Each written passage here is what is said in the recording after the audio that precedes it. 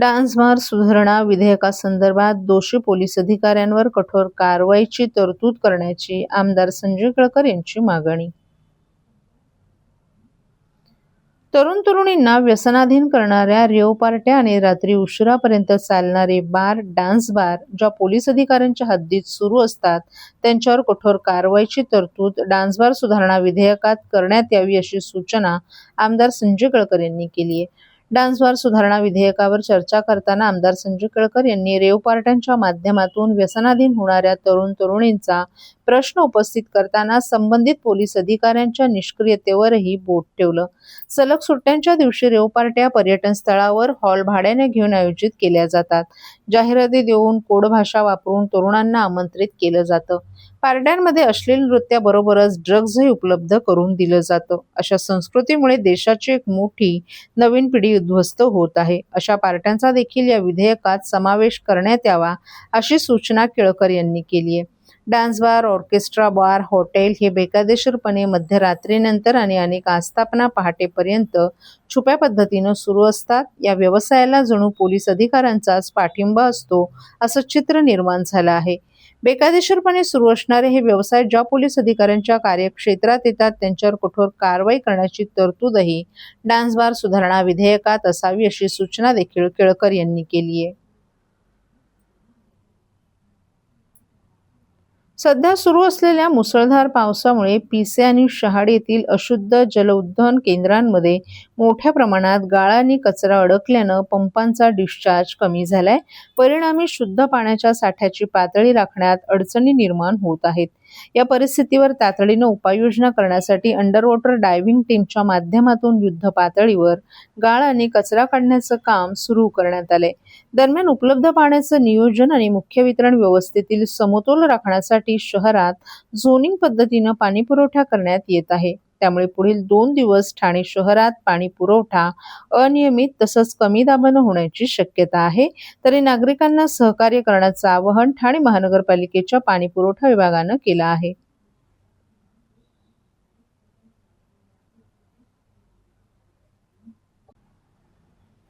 ठाणे जिल्ह्यातील मुंब्रा येथील अमृतनगरमध्ये आज पावसात एका इमारतीच्या 4थ्या मजल्याच्या बाल्कनीचा काही भाग कोसळल्याची घटना समोर आली आहे.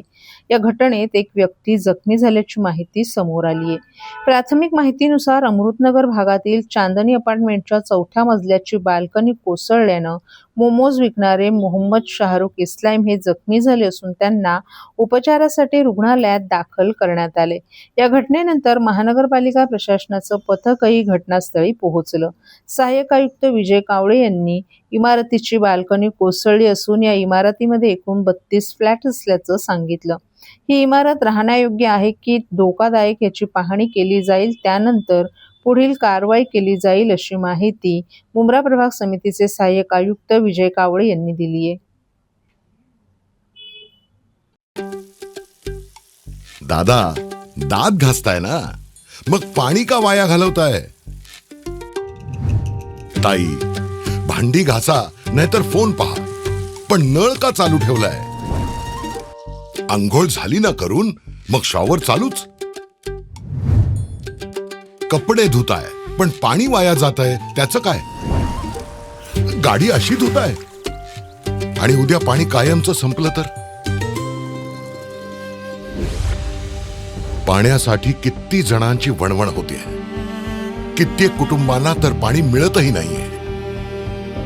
पाणी बोलत नाही, पण आपण त्याची किंमत जाणली पाहिजे. पाण्याचा अपव्यय टाळा, परिस्थिती भीषण होऊ शकते. प्रत्येक थेंब जपा, पाणी वाचवा. पाणी ही निसर्गाची देणगी आहे. पाणी निर्माण करता येत नाही. पाण्याची बचत हीच पाण्याची निर्मिती. ठाणे महानगरपालिकेतर्फे जनहितार्थ जारी. ठाणे शहरात सुरू असलेल्या मुसळधार पावसाच्या पार्श्वभूमीवर पालकमंत्र्यांनी आज विविध पूरस्थितीग्रस्त आणि संवेदनशील भागांची पाहणी केली. या पाहणीनंतर त्यांनी प्रशासनाच्या कामकाजाचा आढावा घेत महत्त्वपूर्ण निर्देश दिलेत. यंदा गेल्या वर्षीच्या तुलनेत शहरातील वॉटर लॉगिंगचं प्रमाण कमी असल्याचं त्यांनी सांगितलं. ठाणे शहरात पावसाळ्याच्या अनुषंगानं प्रशासनानं केलेल्या उपाययोजनांचा पालकमंत्र्यांनी आढावा घेतला. शहरात 84 वॉटर पंप कार्यरत असून आवश्यक ठिकाणी तातडीनं पंप बसवल्यामुळे यंदा गेल्या वर्षीच्या तुलनेत पाणी साचण्याच्या घटनांमध्ये घट झाल्याचंही त्यांनी स्पष्ट केलं. मात्र यावर्षी झाडे पडण्याच्या घटनांमध्ये वाढ झाल्याबद्दल त्यांनी गंभीर चिंता व्यक्त केली आहे. पडलेल्या झाडांची वेळेवर छाटणी झाली होती का याचा अहवाल सादर करण्याचे आदेशही देण्यात आले आहेत. तसंच संपूर्ण शहरातील झाडांचं ऑडिट करून भविष्यात झाडे पडण्याच्या घटना टाळण्यासाठी प्रभावी उपाययोजना राबवण्याच्या सूचनाही प्रशासनाला देण्यात आल्यात. कामात हलगर्जीपणा करणाऱ्या अधिकाऱ्यांना कोणतीही सवलत दिली जाणार नसल्याचं स्पष्ट करत निष्काळजीपणा करणाऱ्या अधिकाऱ्यांना 8 दिवसांसाठी निलंबित करण्याचे तसंच काही अधिकाऱ्यांच्या बदल्यांचे आदेश देण्यात आल्याची त्यांनी माहिती दिली आहे. चांगलं काम करणाऱ्या अधिकाऱ्यांचा सन्मान केला जाईल तर हलगर्जीपणा करणाऱ्यांवर कठोर कारवाई होईल असा इशाराही त्यांनी दिलाय. वादळी वाऱ्यामुळे काही ठिकाणी झाडं पडल्याच्या घटना घडल्या असून प्रशासनानं 24 तास सतर्क राहण्याच्या सूचना देण्यात आल्या आहेत. TDRFचे कार्य समाधानकारक असल्याचं सांगत त्यांना आवश्यक असलेली सर्व यंत्रसामग्री आणि सुविधा उपलब्ध करून देण्याचे आदेशही देण्यात आले आहेत. यावेळी त्यांनी प्रशासनाला 0 जीवितहानी आणि 0 मृत्यू हे उद्दिष्ट ठेवून काम करण्याच्या सूचना दिल्यात. तसंच आषाढी वारीसाठी निघालेल्या वारकऱ्यांनाही पाऊस, वादळ आणि वाऱ्याची परिस्थिती लक्षात घेऊन सुरक्षितपणे प्रवास करण्याचं आवाहन केले. दरम्यान पावसाळी उपाययोजनांसाठी जलविकास विभागाकडून 10 कोटी रुपयांचा निधी मंजूर करण्यात आल्याची त्यांनी माहिती दिली आहे.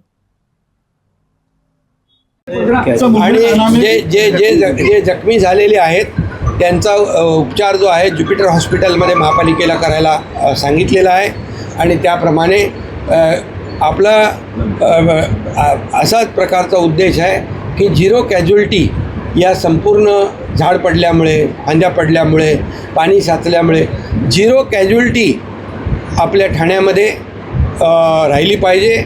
एकही मृत्यू होता कामा नये ही काळजी आपण घेऊया. नुकसान भरपाई आपल्याला करता येते, परंतु एखाद्याचा जीव गेला तर आपल्याला तो त्याच्या परिवारासाठी खूप दुःखदायक आहे आणि मग हे सर्व काळजी या ठिकाणी आपण घ्यायला रिक्षावरती टँकर पडलं, अपघात झालेला आहे, त्यामुळे दोघांचा मृत्यू झाला अशी माहिती मिळते. अडथळा निर्माण झाला होता त्याला. आम्ही आता इथे कमिशनर पण आहेत, कलेक्टर पण आहेत, या बाबतीमध्ये देखील माहिती घेतो. त्यांना ज्या ज्या काही मदतीची आवश्यकता आहे, त्यांना प्रायव्हेट हॉस्पिटलमध्ये ॲडमिट करायचं असेल तर त्यांना तसं पण हे करू आपण. आणि दुर्दैवाने मृत्यू झाला असेल तर त्यांच्या परिवारांना देखील जी काही मदत आहे ती आम्ही देऊ. वारकऱ्यांना काय आव्हान करणार? पालखी प्रसाद सुरू झालेला आहे. देहू रोड असेल अनेक ठिकाणी पालखी प्रसाद सुरू झालेला आहे. वारकऱ्यांना देखील आव्हान आहे की आता पडत असलेला पाऊस, वादळ, वारा, आपली वारी तर पांडुरंगाची वारी दरवर्षी आपण करतो, परंतु आपली सुरक्षितपणे वारी झाली पाहिजे अशा प्रकारच्या सूचना मुख्यमंत्री महोदयांनी देखील दिल्या. मी देखील काल आळंदीच्या वारकऱ्यांशी स्वतः बोललो.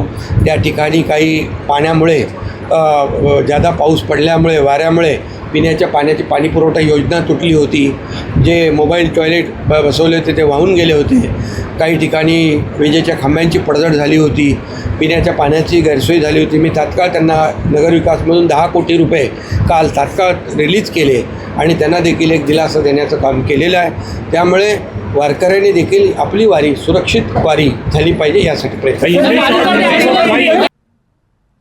मागील 7 दिवस पडणाऱ्या पावसाने गेल्या वर्षाच्या पावसाची सरासरी पार केली आहे. मागील वर्षांपेक्षा 300 मिलीमीटर जास्त पाऊस ठाणे शहरात पडला असून 2 दिवसात तब्बल 300 झाडं उन्मळून पडली आहेत.